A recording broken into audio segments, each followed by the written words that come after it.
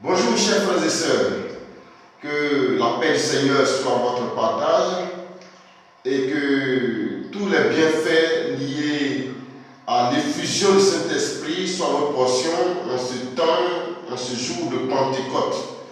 Excellente fête de Pentecôte à chacun de vous et à chacune de vous, et que ces moments de Pentecôte puissent être les plus productifs possibles dans vos maisons respectives et dans vos diverses familles. Bienvenue donc à la mission ABMC Dakar. Et nous sommes lundi, aujourd'hui nous parlons du verset du jour.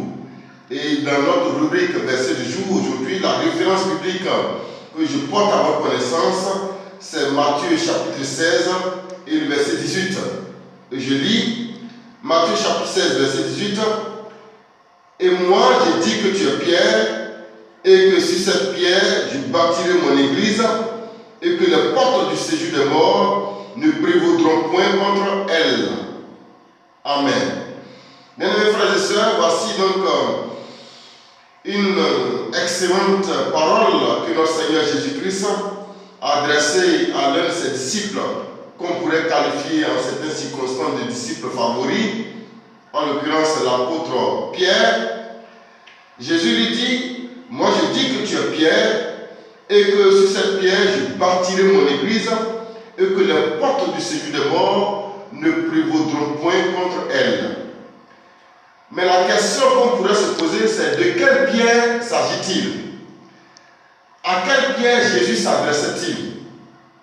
Parce que n'oublions pas que dans la Bible, l'apôtre Pierre dont il est question nous a présenté deux facettes de sa vie. Il y a eu le Pierre d'avant la Pentecôte et le Pierre d'après la Pentecôte. Et je voudrais faire une brève étude comparative des caractéristiques de Pierre avant la Pentecôte et de Pierre après la Pentecôte. Voyons ensemble que Pierre avant la Pentecôte, c'était un destructeur de vision, comme nous rapporte Matthieu 16, versets 22 à 23, où à l'annonce de la mort du Seigneur Jésus par lui-même, Pierre s'est mis à vouloir détruire cette vision, à vouloir s'opposer à cette vision. Donc c'est en ce moment-là Pierre était un destructeur de vision, peut-être un destructeur inconscient. Deuxième caractéristique, selon Matthieu 17, verset 4, lors de la transfiguration, nous avons vu un Pierre qui était un fanatique, qui était un partisan du syncrétisme. À la transfiguration, lorsque Dieu, le Père, a fait apparaître à la fois Moïse et Élie aux côtés du Seigneur Jésus-Christ, Pierre s'est empressé de faire preuve de fanatisme et de vouloir créer un syncrétisme en demandant au Seigneur de l'autoriser à dresser une tente pour chacune des trois personnalités, une tente pour Pierre, une tente pour Moïse, une tente pour Élie. Ça, c'est le Pierre d'avant la Pentecôte. Troisième caractéristique, c'est un Pierre paresseux spirituel que nous avons rencontré dans Matthieu 26, le verset 40, au jardin de Gethsémani. Au jardin de Gethsémani, lorsque le Seigneur nous a demandé de prier, de soutenir, de le porter en prière, nous avons vu que Pierre et les autres d'ailleurs n'ont même pas pu faire une heure de prière pour soutenir le Maître. Donc Pierre, à ce moment-là, s'est caractérisé comme un paresseux spirituel. Quatrième caractéristique de Pierre avant la Pentecôte, selon Jean 18, le verset 10 à 11, lors de l'arrestation de notre Seigneur Jésus-Christ, nous avons vu là un Pierre violent et charnel. Pierre violent et charnel.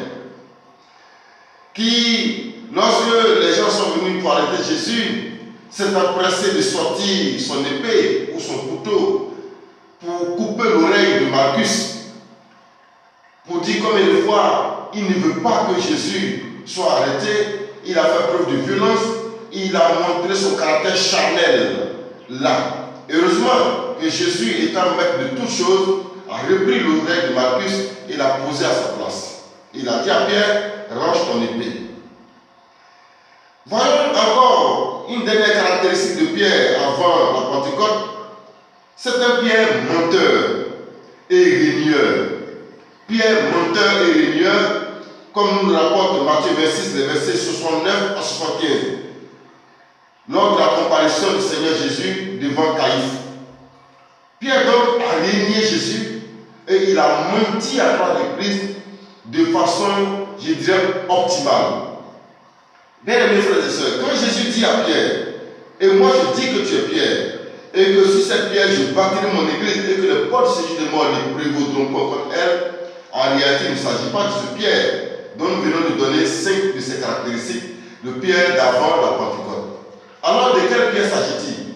Il s'agit bien entendu du Pierre d'après la Pentecôte. Car la Bible nous dit que, après la Pentecôte, lorsqu'il y a eu l'effusion de cet esprit dans Actes chapitre 2, et que les disciples étaient tous dans un nouveau départ, dans un nouveau commencement, ils venaient, n'est-ce pas, d'être remplis, ils venaient de recevoir la marque du Saint-Esprit, la marque de la visitation divine, ils venaient de recevoir une onction singulière. Alors, on va avoir un autre Pierre, que j'appelle le Pierre d'après la Pentecôte. Et je vais vous donner 5 caractéristiques de ce Pierre-là, de qui Jésus parlait en disant que sur cette pierre, je bâtirai mon église. Il s'agit d'abord, selon Acte 2, verset 14, d'un Pierre évangéliste productif. Pierre évangéliste productif. Pierre, qui n'était même pas capable de parler devant une servante, est maintenant capable de parler devant des gens, devant des foules. Et il prêche l'évangile. Et la Bible nous rapporte qu'il y a eu 3000 personnes qui se sont converties à Jésus-Christ. Pierre donc devient l'évangile productif après la Pentecôte, ayant reçu la marque du Saint-Esprit. De quel Pierre s'agit-il? Deuxième caractéristique. Nous avons un Pierre ici, acteur ou agent de miracle. Acteur ou agent du miraculeux, acteur ou agent de tout ce qui relève du surnaturel divin. Selon Acte 3, le verset 6. Nous avons vu là que Pierre, après avoir trouvé ce paralytique devant la porte du temple en compagnie des gens, n'a pas hésité à prier pour lui et à ordonner que ce paralytique puisse marcher. Donc le Pierre, qui n'était même pas capable de prier une heure, est devenu maintenant un agent et un acteur du miraculeux et du surnaturel divin. Troisième caractéristique, nous voyons ici un Pierre, défenseur du nom de Jésus et de la gloire de Jésus. Selon Acte 3, verset 12. C'est le Pierre qui va maintenant se lever pour dire que c'est Jésus, c'est par la puissance de Jésus, c'est par l'autorité de Jésus qu'il a pu opérer le miracle en question. Pierre qui avait régné Jésus, qui a même dit qu'il ne connaissait pas Jésus, il est devenu un défenseur de la gloire de Jésus, un défenseur du nom de Jésus. Quatrième caractéristique, il s'agit de Pierre, le chrétien responsable. Il n'est plus ici le responsable chrétien, porteur de titres. Le responsable chrétien, peut-être même coordinateur des actions des apôtres. Le responsable chrétien, disciple singulier ou principal. Mais ici, il a dépassé le cadre des responsables chrétiens.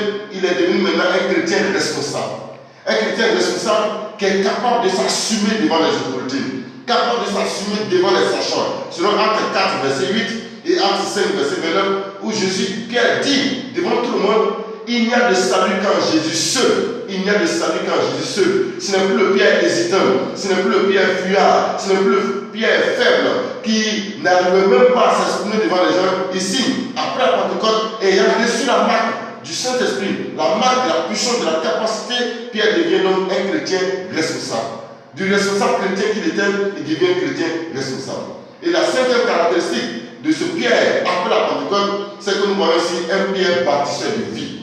Un Pierre bâtisseur de vie, où selon Acte 5, les versets 12 à 15, lorsque même les malades, voyant Pierre venir, on les faisait coucher, n'est-ce pas, dans les rues, pour que l'ombre de Pierre puisse, les ayant touchés, ils puissent recouvrir la guérison.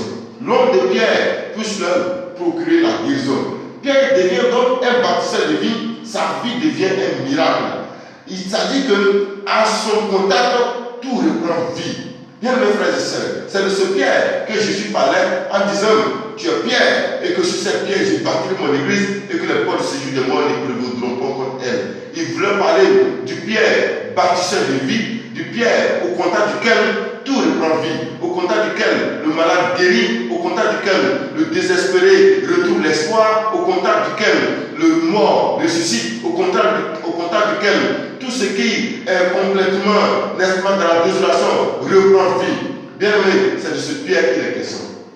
Veille de Saint-Esprit met sa marque sur nous à cette période de Pentecôte pour que nous parvenions à ce niveau de vie, à ce niveau de capacité, à ce niveau d'onction. Bénisse, que le Seigneur vous bénisse et que sa faveur vous couvre, de sorte que le Saint-Esprit, faisant mouvement dans chacune de nos vies, nous puissions parvenir à ce niveau de responsabilité et de capacité. Shalom, shalom.